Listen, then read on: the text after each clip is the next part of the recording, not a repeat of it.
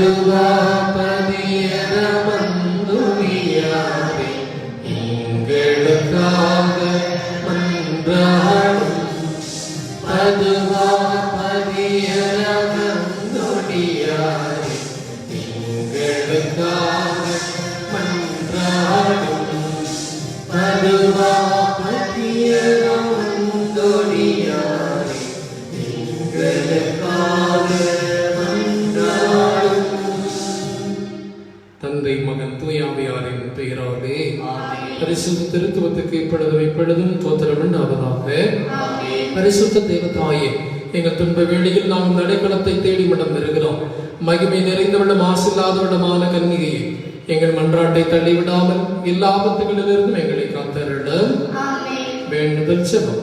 இப்புண்ணிய தலத்தில் மாட்சிமை கொண்டு எழுந்தருடைய இருக்கிற புனித அந்தோனியாரை இயேசு பாலகனை கையிலின் பேறு பெற்ற பரிசுத்த தனம் விளங்கும் லேலி இன்னொருவோரின் சஞ்சீவியே, பாவிகளின் தஞ்சமே, ஆதரவை நாடி ஓடி வந்துள்ள எங்களுக்காக இறைவனிடம் மன்றாடுவீராக.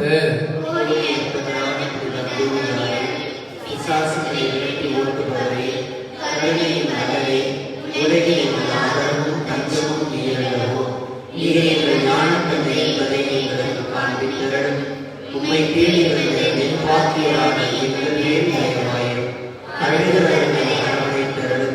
அல்லலோரும் ஆதரவையும் நீர் இறங்காவிட்டால் எங்களுக்கு வேறு யார் இறங்குவார்? நீர் ஆதரவில்லாவிட்டால் எங்களுக்கு யார் ஆதரிப்பார்? நீர் நிலையாவிட்டால் வேறு யார் நினைப்பார்? நீர் உதவாவிட்டால் எங்களுக்கு வேறு யார் உதவுவார்? தஞ்சமென்று ஓடி வந்த அடியோர்கள் வேறு தயவாயிரம் கருணை மனதையே தவிப்போரின் தாவரமே துணையார் சங்கமே திருத்தனத்தை வந்தோம். எங்கள் இடங்களை நீக்கி நாங்கள் விரும்பிக்கு இன்னும்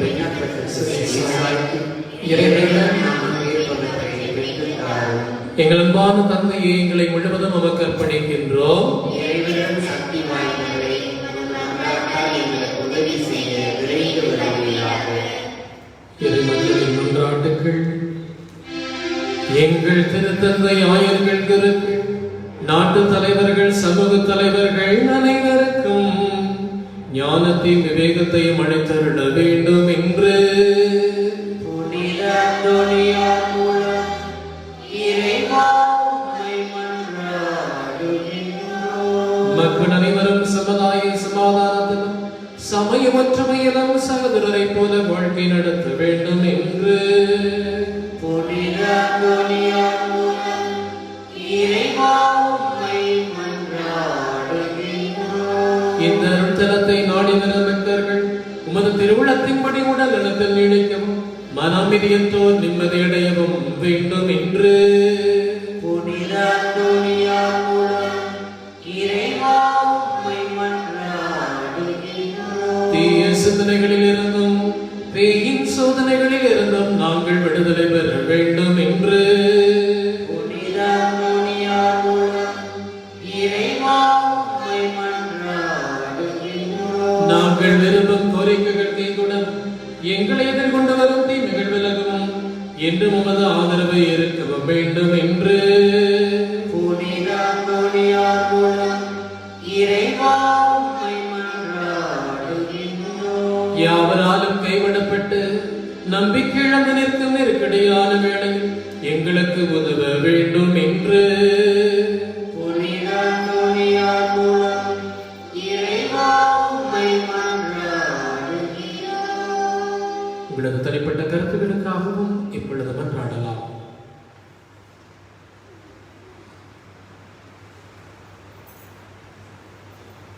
எல்லாமல்ல இறக்கமுள்ள இறைவா, உமது அளவில்லாத அன்புக்குரியவரும் அருளின் துணையால் கோடி அற்புதம் எனப்பட்ட புனித அந்தோனியாரை அண்டும் தன் மக்களாகிய பேரில் உமது கருணை கண்களை திருப்பியறணும். உங்கள் ஆண்டவராகிய கிறிஸ்து வழியாக உம்மை மன்றாடுகிறோம். ஆமென்.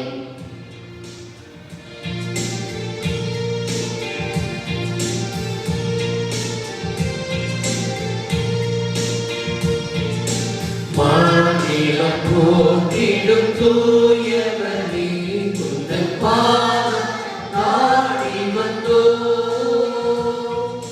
கோடிய புதரென புகழ் பேற்றி, கோடிய புதரென புகழ் பேற்றி,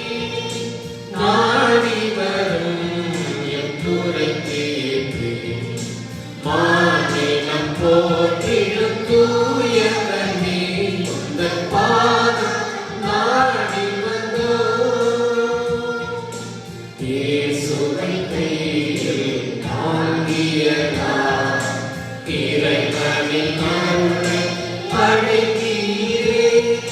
மலை போல் வரும் துய வாழ்வினிலே, மலை போல் வரும் துய வாழ்வினிலே, நிலை குலையாதிருக்கருள்வே. மாநிலம் போற்றிடும் தூயவனே, உந்தன் பாதம் நாடி வந்தோம்.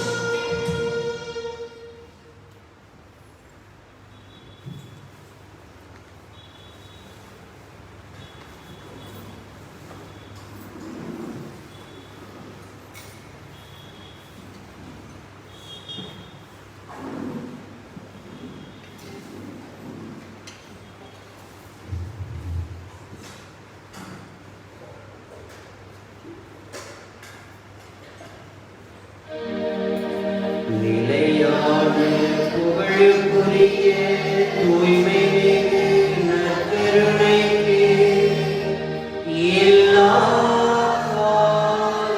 காலமும் ஆராதனையும் புகழும் ஆட்சியும் உண்டாக கடவது. நிலையான புகழுக்குரிய தூய்மை மிகு நற்கருணைக்கு எல்லா காலமும் ஆராதனையும் புகழும் ஆட்சியும் உண்டாக கடவது. நிலையான புகழுக்குரிய தூய்மை மிகு நற்கருணைக்கு எல்லா காலமும் ஆராதனையும் புகழும் ஆட்சியும் உண்டாக கடவது. சொல்லுங்க. தந்தையே இறைவா, உம்மை ஆராதிக்கின்றோம். இயேசுவே நல்ல ஆண்டவரே, உம்மை போற்றுகிறோம். தூய ஆவியாரே, உம்மை வணங்குகிறோம்.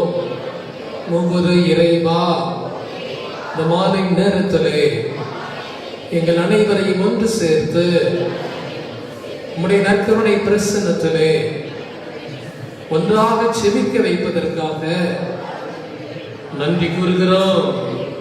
இயேசுவே நீர் வாழ்க. Praise the Lord. Praise the Lord. Hallelujah. Hallelujah.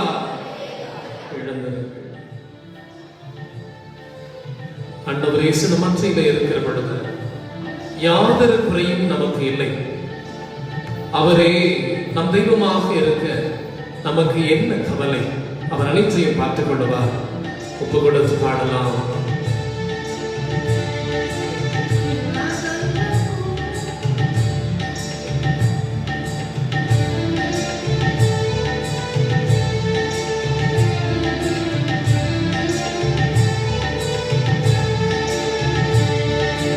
யாரொன்றும் குறையில்லை இறைவா, என் தெய்வம் நீருக்க. யாரொன்றும் குறை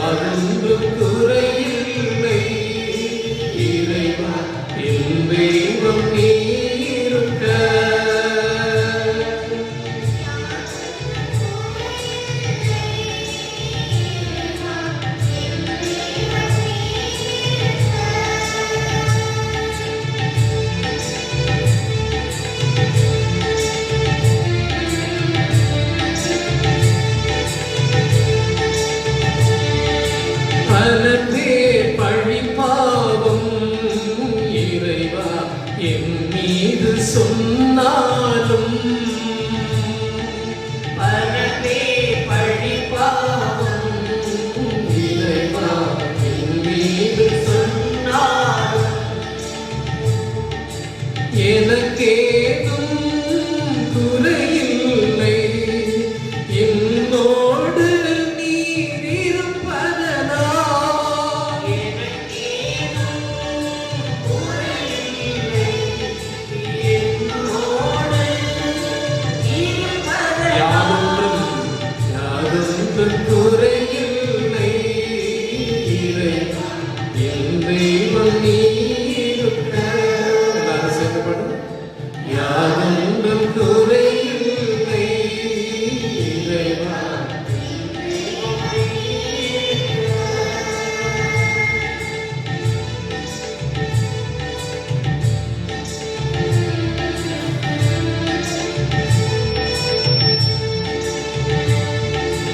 எறும்பும் நண்பர்களும் எனக்கு எதிரிகளானாலும்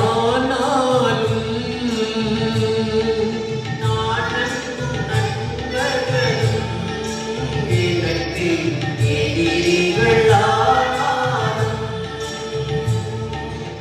எனக்கேதும் குறையில்லை, என்னோடு நீர் இருப்பதனால்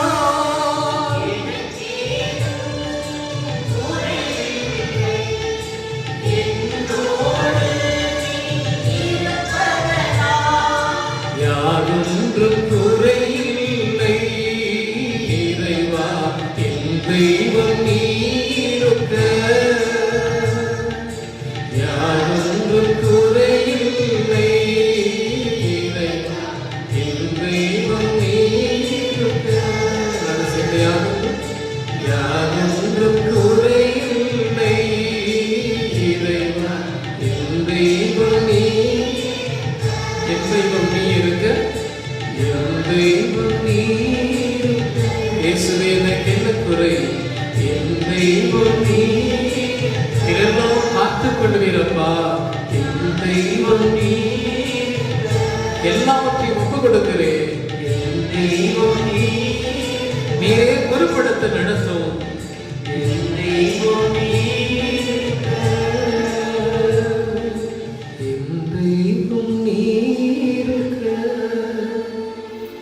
Praise the Lord. Praise the Lord. அமர்ந்து.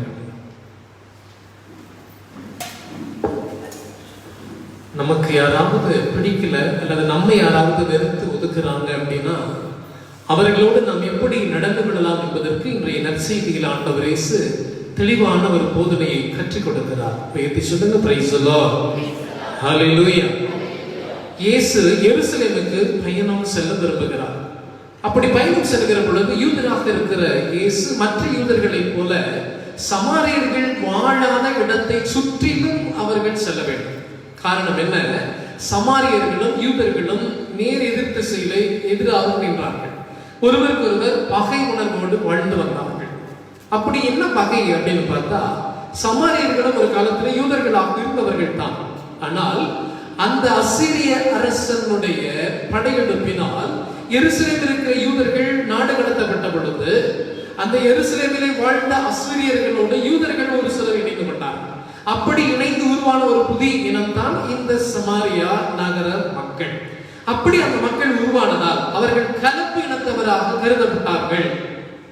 சொல்ல போனா யூதர்கள் தாங்கள் தான் முதன்மையான யூதர்கள், அவர்கள் கலப்பினத்தவர்கள். அவர்கள் சொல்ல போனால் நமக்கு அவங்களுக்கு சம்மதம் இல்லைன்னு சொல்லி அவர்களை விலக்கி ஒதுக்கி வைத்தார்கள். இப்படித்தான் சமாரியர்கள் புறம் தள்ளப்பட்டார்கள். யூதர்களுக்கும் சமாரியர்களுக்கும் பெரிய ஒரு தொலைவே இருந்தது. ஆனால் அதே சமயத்திலே அந்த எருசலேம் நகருக்கு பயணம் செல்ல வேண்டுமானால் கலிலேயாவிலிருந்து சமாரியா பகுதியாக வழியாக சென்றால் சுலபம், அது ஈஸி, கொஞ்சம் குறைவான தூரம். ஆனா அவங்க யூதர்கள் அப்படி செல்வது கிடையாது. சுத்தி ஊரை சுத்தி, சமாரிய ஊரை சுத்தி அவர்கள் பயணம் செய்து எருசலேம் அடைவார்கள். ஆனா இன்னைக்கு பார்க்கிறோம், இயேசு விண்ணேற்றம் அடைகிற நாள் நெருங்கி வரவே, அப்படின்னா அவருடைய பாடுகளின் நாள் நெருங்கி வரவே, தன்னுடைய பாடுகளை அவர் மேற்கொள்வதற்காக அவர் எருசலேம் நோக்கி பயணம் செல்கிறார். அப்படி அவர் போறப்ப தனக்கு நடி 2 பேர் அனுப்புறார். போற வழியில சற்று இளைப்பாற வேண்டும், உண்ண வேண்டும், சற்று நேரம் உறங்குவதற்கு இடம் வேண்டும். அதனால எனக்கு முன்னாடி நீங்கள் போய் சமாரிய பகுதியில் இடத்தை ஏற்பாடு செய்யுங்கள் அப்படின்னு இயேசு தூதர்களை தமக்கு முன்பாக அனுப்புகிறார். அப்படி அவங்களும் போறாங்க. ஆனா அந்த நேரத்தில் நடக்கிறது, இயேசு வருகிறார் என அவர் தெரிந்து கொண்ட பொழுது சமாரிய நகர மக்கள் இயேசுவை ஏற்றுக்கொள்ளவில்லை. இயேசு அவர்களிடத்திலே தங்குவதற்கு அவர்கள் விரும்பவே இல்லை. மாறாக என்ன செய்யறாங்க, அவர்கள் அவரை ஏற்றுக்கொள்ளாததால் இயேசுடைய சீடர்களுக்கே கோபம் வரக்கூடிய அளவுக்கு அவர்கள் நடந்து கொள்கிறார். என்ன கோபம் வருது அங்க பாருங்க. யாக்கோபு யோவான் வந்து சொல்றாங்க, இயேசுவே உம்மை இந்த ஊர் மக்கள் ஏற்றுக்கொள்ளவில்லை, என்ன செய்யலாம், தீயிட்டு அதை கொளுத்து விடலாமா சொன்னாங்க. எவ்வளவு கோபப்படுத்திருப்பாங்க பாருங்க. இவர்கள் யூதர்களாக இருந்தாலும், அவர்கள் புறம் தள்ளப்பட்ட பிற சாதியை சார்ந்தவர்களாக இருந்தாலும் இயேசு அந்த வழியே சென்று அவர்களையும் சந்தித்து செல்லலாம் ஆசைப்படுகிறார். அவர்களுக்கு இரக்கம் காட்ட ஆசைப்படுகிறார், நன்மைகள் செய்ய ஆசைப்படுகிறார். ஆனால் சமாரிய நகர மக்கள் இயேசுவை ஏற்றுக்கொள்ளவில்லை. அதனால தான் கோபம் கொப்பளிக்கிறது. இயேசுடைய சீடர்களுக்கு முறையீடு செய்கிறார்கள், தீ வைத்து கொளுத்தலாம் என்று கூட அவர்கள் சொல்கிறார்கள். ஆனா இயேசு என்ன செய்கிறாரு, அவர் என்னதான் அவங்க ஏற்றுக்கல, நான் அவர்களை ஏற்றுக்கொள்கிறேன் என்று சொல்லி சீடர்கள் பக்கம் திரும்பி அவர்களை கடிந்து கொள்கிறார் என்று பார்க்கிறோம். இதுதான் இயேசுடைய அந்த அற்புதமான ஒரு குணத்தை வெளிப்படுத்துகிறது. சகிப்பு தன்மை, பொறுத்து கொள்வது, ஏற்றுக்கொள்வது. பிறர் நம்மை ஏற்றுக்கொள்ளவில்லை, உதாசீனப்படுத்துகிறார்கள், தள்ளி வைக்கிறார்கள் சொல்றப்போ நாம் அவர்களை எப்படி ஏற்று நடந்து கொள்வது என்பதற்கு இயேசு கற்றுக் கொடுத்த அருமையான படம் தான் இதை உயர்த்தி சொல்லுங்க. Praise the lord. Hallelujah, hallelujah. இது ஒரு புறம் இருக்கட்டும். ஆனால் எந்த சமாரிய மக்கள் இயேசுவை புறம் தள்ளி இயேசு உள்ளே வரக்கூடாதுன்னு சொன்னாங்களோ, அதே மக்கள் இயேசு தங்கள் ஊரிலே தங்க வேண்டும் என்று சொல்லக்கூடிய அளவுக்கு இயேசுடைய போதனை முறை இருந்தது, இயேசுடைய வாழ்க்கை முறை இருந்தது, இயேசுடைய புதிய இலக்கண வாழ்வு இருந்தது. ஒன்று ரெண்டு உதாரணத்தை நம்ம பார்க்கலாம். அதுல ஒண்ணு, நல்ல சமாரியன் உவமை பாருங்க. தன்னை அசிங்கமா பேசுற அந்த மக்களிடத்துல போகாம அவங்க இருக்கிற நன்மையை வெளியே கொண்டு வருகிறார், நன்மையை வெளியே கொண்டு வருகிறார். நீங்க என்ன செய்வோம், யாராவது நம்ம பார்த்து ஏதாவது காயப்படுத்திட்டாங்க, குற்றம் சொல்லிட்டாங்க, தப்பு சொல்லிட்டாங்க அப்படின்னா நாமளும் அவங்களுக்கு எதிராக ஏதாவது சாக்கு கிடைக்குமா, ஏதாவது பிரச்சனை கிடைக்குமா காத்துக்கிட்டு இருப்போம், எப்போ அவங்கள பிடிச்சு மாட்டி வைக்கிறது. ஆனா இயேசு பாருங்க, இந்த சமாரிய மக்கள் ஏற்றுக்கொள்ளவில்லை என்றாலும் அவரிடம் இருக்கிற நன்மையான செயல்களை வெளியே கொண்டு வருகிறார். நமக்கு நல்லா தெரியும், நல்ல சமாரியன் உவமை தெரியும் இல்லையா? நல்ல சமாரியன் உவமையில யார் உதவி செய்வா? அதுலயே விடையும் இருக்கு. அந்த கதை கேட்டிருப்பீங்க இல்லையா? யார் உதவி செய்வா? திருடர்களோட பெரிய பாதிப்புல ஒரு நபர் கீழே விழுந்து கிடக்கிறாரு. அப்ப அந்த வழியில யூத குருக்கள் செல்வார்கள், யூதர்கள் செல்வார்கள், மர போதகர்கள் செல்வார்கள், சமாரியர்கள் போவார். யார் போய் அந்த கீழே கிடக்கிற நபருக்கு உதவி செய்வார்? நல்ல சமாரியன். அதை நம்ம வாசிக்கிறோம் இல்லையா? லூக்கா நற்செய்தி 10:33 சமாரியர் ஒருவர் அருகில் வந்து அவர் மீது பரிவு கொண்டார். பாருங்க, சமாரியர்கள் பரிவு உள்ளம் கொண்டவர்களாக இருக்கிறார்கள் என்பதை இயேசு இங்கே முன்னிறுத்துகிறார். வைத்து சொல்லுங்க, பிரைஸ் தி லார்ட், ஹalleluya. அவங்க இயேசுவை ஏற்றுக்கொள்ளவில்லை, ஆனால் இயேசு அவரிடம் இருக்கிற பரிவு உள்ளத்தை வெளியிலே கொண்டு வர இந்த உவமையை சொல்லுகிறார். இது ஒரு சின்ன உதாரணம். இரண்டாவது உதாரணம், நோய் நீங்கிய 10 பேர் இல்லையா? 10 பேருக்கு தொழுநோய் நீங்குகிறது. நம்ம வாசிக்கிறோம் லூக்கா நற்செய்தி 17வது பிரிவில் 11 19 வரை வாசிக்கிறோம். அதுல எத்தனை பேர் தொழுநோயிலிருந்து நீங்க பெறுகிறார்கள்? எத்தனை பேருங்க? 10 பேர். 10 பேர். அதுல 9 பேர் இயேசுவுக்கு நன்றி சொல்ல வரவில்லை. இந்த சமாரியன் அல்லது பிற சாதியாக கருதப்பட்டவர் அல்லது இயேசுவுக்கு எதிராக இருக்கிறவர்களாக கருதப்பட்டவர்களே ஒருவன் வந்து இயேசுவிடம் திரும்பி வந்து, இங்க நல்லா வாசிக்கலாம் அதுல இல்லையா? 16வது வசனம் 16வது வசனம் நினைக்கிறேன். அவர் காலில் முகம் குப்புற விழுந்து அவருக்கு நன்றி செலுத்தினார். அவரோ ஒரு சமாரியர். அப்படி பாருங்க, நன்றி சொல்லக்கூடிய நல்ல மனசு இந்த சமாரியருக்கு இருப்பதை இயேசு இங்கே முன்னிறுத்த விரும்புகிறார். வைத்து சொல்லுங்க, பிரைஸ் தி லார்ட், ஹalleluya. இயேசு அந்த சமாரியரை ஏற்றுக்கொள்ளவில்லை, ஆனா சமாரியரிடம் இருக்கிற பரிவு உள்ளத்தை இயேசு வெளியிலே கொண்டு வருகிறார். அவளும் இருக்கிற நன்றி உணர்வை இயேசு வெளியிலே கொண்டு வருகிறார். இது இரண்டாவது உதாரணம். மூணாவது உதாரணம் நமக்கு நல்லா தெரிஞ்சது, சமாரிய பெண்ணிடம் இயேசு தண்ணீர் வாங்கி கொடுத்த ஒரு நிகழ்வு இல்லைங்களா? யோவான் செய்தி பிரிவு 4ல வாசிக்கிறோம். அது மட்டும் நீங்க எடுத்துக்கோங்கள. யோவான் செய்தி பிரிவு 4ல இறைவார்த்தை 39:40 அதுல பாருங்க, இந்த சமாரிய பெண்ணு யார் இல்லாத நேரத்துல நண்பகல் நேரத்துல வந்து தண்ணீர் கொள்ள வருவாள். இந்த கதை நமக்கு நல்லா தெரியும். வழக்கமாக தண்ணீர் பிடிக்கிற நேரம் அல்லது தண்ணீர் எடுக்கிற நேரம் அப்படின்னா எந்த நேரத்தை பெண்கள் அதிகமாக பயன்படுத்துவாங்க? எந்த நேரத்தில் போவாங்க? ஏன் அவ்வளவு தூரம்? நம்ம ஊர்ல தண்ணி எத்தனை மணிக்கு வருது? காலையிலும் சாயந்தரம் வரைக்கும் வழக்கமாக. இதுதான் உலகம் முழுசும் இருக்கிற ஒரு நியதி. காலையில நேரத்துல தண்ணி தேவைப்படும், மாலை நேரத்துல தண்ணீர் தேவைப்படும். ஆனால் இந்த பெண்ணோ மதிய நேரத்திலே, நண்பகல் நேரத்திலே அவர் தண்ணீர் முள்ள சொல்லுகிறார். காரணம் என்ன? அவருடைய வாழ்க்கை முறை அப்படி இருந்தது. அந்த பெண் எல்லாருக்கும் மத்தியில் வாழக்கூடியவராக இல்லை. அந்த பெண்ணை இயேசு சந்திக்கிறார். அதுதான் அந்த நிகழ்ச்சி. அதுல பாருங்க, அந்த பெண்ணிட்ட போய் இயேசு கேட்கிறார், அம்மா எனக்கு தாகமா இருக்கு, நண்பகல் நேரம், நான் வேலையை செய்து வருகிறேன், நச்சரி பணி செய்து வருகிறேன், எனக்கு கொஞ்சம் தாகத்தை தணித்து கூட தண்ணீர் கொடுங்கன்னு கேட்கிறாங்க. யார்கிட்ட? சமாரிய பெண்ணிட்ட. யூதர்கள் இந்த சமாரியரிடம் உறவு வைத்துக் கொள்வதில்லை, தண்ணி வாங்கி கொடுப்பதில்லை இல்லையா? அவங்கள வேற ஒரு தோரா செஞ்சாங்க. நம்ம இயேசுவோ இறைமகனாக இருந்தும் மெஸ்ஸியாவாக இருந்தும் சமாரிய பெண்ணிடம் தண்ணீர் கேட்கிறார், அவருடைய தாகத்தை தணிக்கிறார். அந்த நிகழ்ச்சி நமக்கு நல்லா தெரியும். கடைசியில கிளைமேக்ஸ் என்ன நடக்குது? 39:40 அந்த 2 வசனத்தை வாசிங்க யாராவது ஒருவர். நான் செய்தவை அனைத்தையும் என்னிடம் சொன்னார் என்று சான்று பகர்ந்த பெண்ணின் வார்த்தையை முன்னிட்டு அவ்வூரில் உள்ள சமாரியர் பலர் இயேசுவிடம் நம்பிக்கை கொண்டனர். இங்கதாங்க கிளைமேக்ஸ் வருது. அந்த பெண் யாரு, அவர் என்ன நிலையில் இருக்கிறாரு அப்படிங்கறதெல்லாம் இயேசு அந்த சமாரிய பெண்ணுக்கு அப்படியே அழகாக படம் பிடிச்சிருக்காரு. அந்த பெண் அப்படியே அதிர்ந்து போய் ஆச்சரியப்படுறா. இவர் யாரா இருப்பாரு? என்னுடைய மனசுல இருக்கிறதெல்லாம் சொல்றாரு, என்னுடைய பாவத்தை எல்லாம் சொல்றாரு, எல்லாத்தையும் அவர் சொல்றாருன்னு சொல்லி ஒரு பெரிய இறைவாக்கு இந்த பெண் போய் இயேசுவை குறித்து அந்த சமாரிய பகுதியிலே சொல்லுகிறார். நல்லா கவனிங்க. இயேசுடைய சீடர்கள் போய் செய்ய முடியாததை, இயேசுடைய தூதுவர்கள் போய் செய்ய முடியாததை சமாரிய பெண்ணை வைத்தே அந்த ஊருக்கு இயேசு செய்கிறார். யார் பாவியின கருதப்பட்ட அந்த ஊரில் நண்பர்கள் வந்தாலோ அதே பெண்ணை வைத்து இயேசுதான் ஆண்டவர், இயேசுதான் சிறந்த நற்செய்தியாளர், இயேசுதான் போதகர் சொல்லி அவர்களுக்கு அந்த சமாரிய பெண்ணை நற்செய்தியாளராக அனுப்பி வைக்கிறார். வைத்து சொல்லுங்க, பிரைஸ் தி லார்ட், ஹalleluya. பாருங்க, இயேசுடைய சீடர்கள் போனப்ப அவங்க ஏத்துக்கல, தூதுவர்கள் போனப்ப ஏத்துக்கல, இயேசுவே வேண்டாம்னு சொன்னாங்க. எப்ப அந்த இயேசு ஆண்டவர் சமாரிய பெண்ணையே அந்த ஊருக்குள்ள அனுப்பினாரோ அந்த மக்கள் இயேசுவை ஏற்றுக்கொண்டார். இப்ப வாசிங்க 40வது திருவசனம். சமாரியர் அவரிடம் வந்தபோது அவரை தங்களோடு தங்குமாறு கேட்டுக்கொண்டனர். அவரும் அங்கு 2 நாள் தங்கினார். நல்லா சத்தமா சொல்லுங்க, பிரைஸ் தி லார்ட், ஹalleluya. எந்த மக்கள் இயேசு எங்க ஊருக்குள்ள வர வேண்டாம், இயேசு இங்க வரக்கூடாதுன்னு சொன்னாங்களோ அதே ஊர் மக்கள் திரும்பி வந்து இயேசுவை பார்த்து எங்களிடம் தங்கும் சொன்னார். இயேசு எத்தனை நாள் தங்கினாருங்க? 2 நாள் தங்கினார். 2 நாள் அவரோடு தங்கினார்.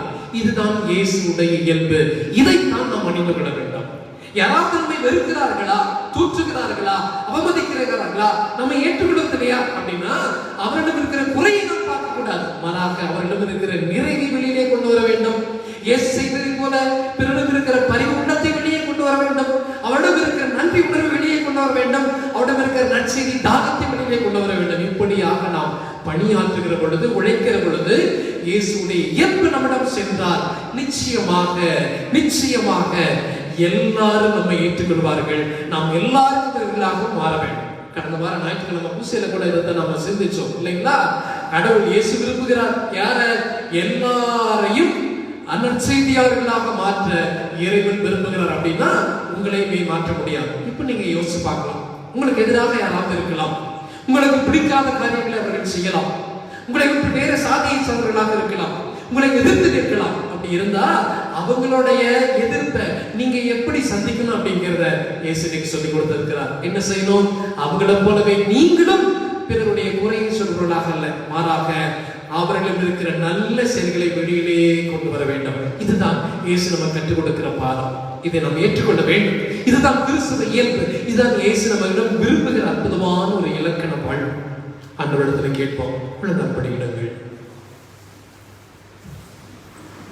இப்ப இயேசுவை உற்று நோக்குங்க. உங்களுக்கு எதிராக யாராவது இருந்தால், உங்களை ஏற்றுக்கொள்ளவில்லை என்றால், உங்களை தூற்றினால், உங்களை அவமரியாதை செய்தால், இந்த சமாரியர்கள் இயேசுவை செய்ததை போல உங்களையும் அவர்கள் செய்தால், அவர்களிடம் நீங்கள் என்னத்தை எதிர்பார்க்க வேண்டும்? அவர்களிடம் இயேசுடைய அந்த பரிவு உள்ளத்தை சமணன் வெளியிலே கொண்டு வருவதை போல நீங்களும் அவர்களிடம் இருக்கிற நல்ல செயல்களை வெளியிலே கொண்டு வாங்க. நல்லதை சொல்லுங்க, பாராட்டு சொல்லுங்க. உங்களுக்கு எதிராக யார் இருந்தாலும் சரி, அவங்களுக்கு எதிராக பேசாதீர்கள், நிறுத்திவிடுங்கள். சண்டையிடுவதை நிறுத்திவிடுங்கள். பாராட்டி சொல்லக்கூடிய தாராள மனசை இந்த இயேசுவிடத்திலே கேளுங்கள். அதான் இயேசு வழியில நம்மிடத்திலே கொண்டு வர விரும்புகிறார். கண்களை இப்பொழுது மூடிக்கொள்ளுங்கள். உங்களுடைய ஆழ்ந்த சிந்தனையில, ஆழ்ந்த மனசுல ஆண்டவர் இயேசுடைய நற்கருணை பிரசன்னம் இருக்கட்டும். அவர் உங்களை சந்திக்கிறார், அவர்களோடு இருக்கிறார். நீங்க கேளுங்க, அவர் உங்களுக்கு கற்றுத் தருவார். ஆண்டவரே, என்னால ஏத்துக்க முடியலப்பா, தாங்க முடியல, என்னை எதிர்த்து நிற்கிறாங்க, என்னை அசையப்படுத்துறாங்க, நான் எப்படி அவரை நடந்துக்கிறது? ஆண்டவரே, பாராட்டி சொல்லக்கூடிய நல்ல மனசை நீங்க எனக்கு இப்ப விதைங்க.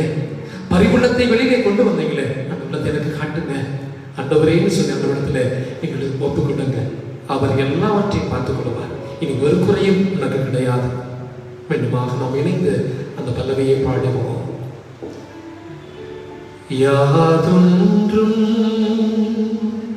குறையில்லை இறைவா, என் தெய்வம் நீருக்க.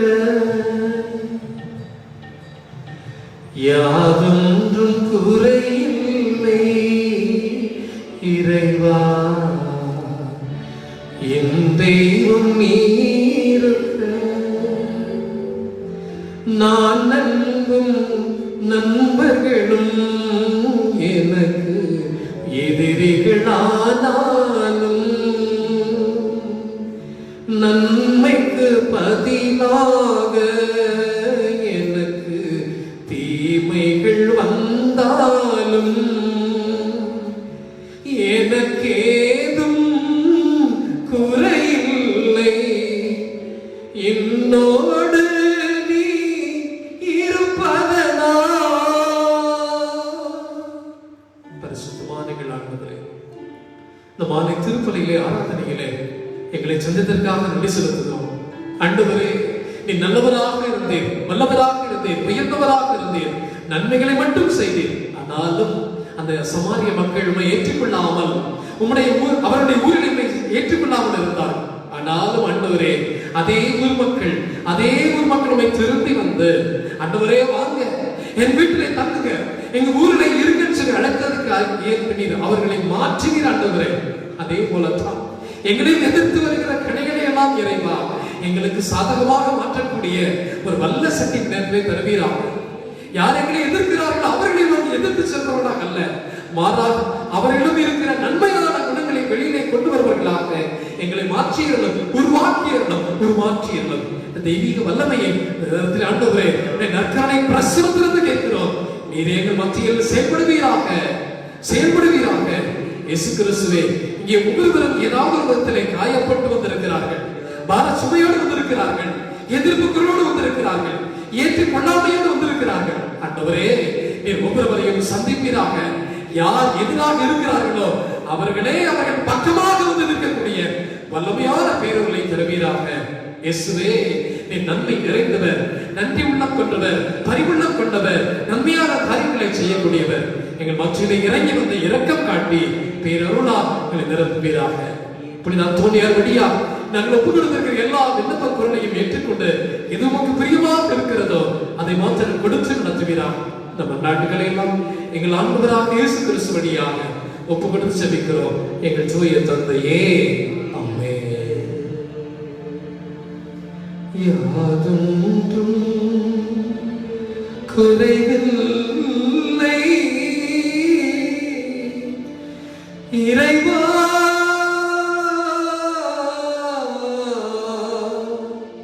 என் தெய்வம் நீருக்க. நாடுகள் செல்லுங்கள்.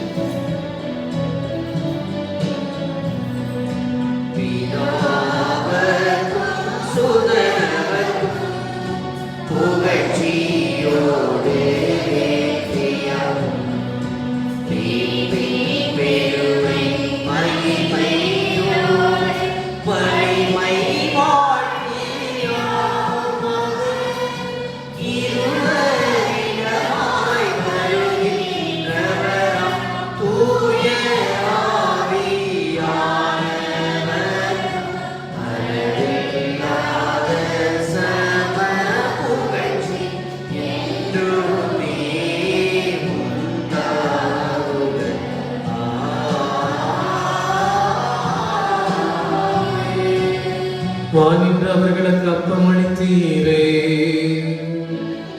இனிமேல் நாம் தன்னலத்தை கொண்டாட மன்றாடுவோமாக. இறைவா, இந்த வியப்புக்குரிய அருளடையாளத்திலே உம்முடைய பாடுகளின் இனிமே எங்களுக்கு விட்டு சென்றி உம் திருவுடல் திருத்தம் ஆகியவற்றின் தூய மறைப்பொருளை வணங்கும் நாங்கள் உமது மீட்பின் பயனை இடைவிடாமல் துய்த்து வணங்க மகிழ அருள் புரிவீராக. தந்தையாக இறைவனோடு தூய ஆவியாரின் ஒன்றைப்பில் இருவதாக என்றென்றும் வாழ்ந்து ஆட்சி செய்கின்ற உம்மை மன்றாடுகின்றோம்.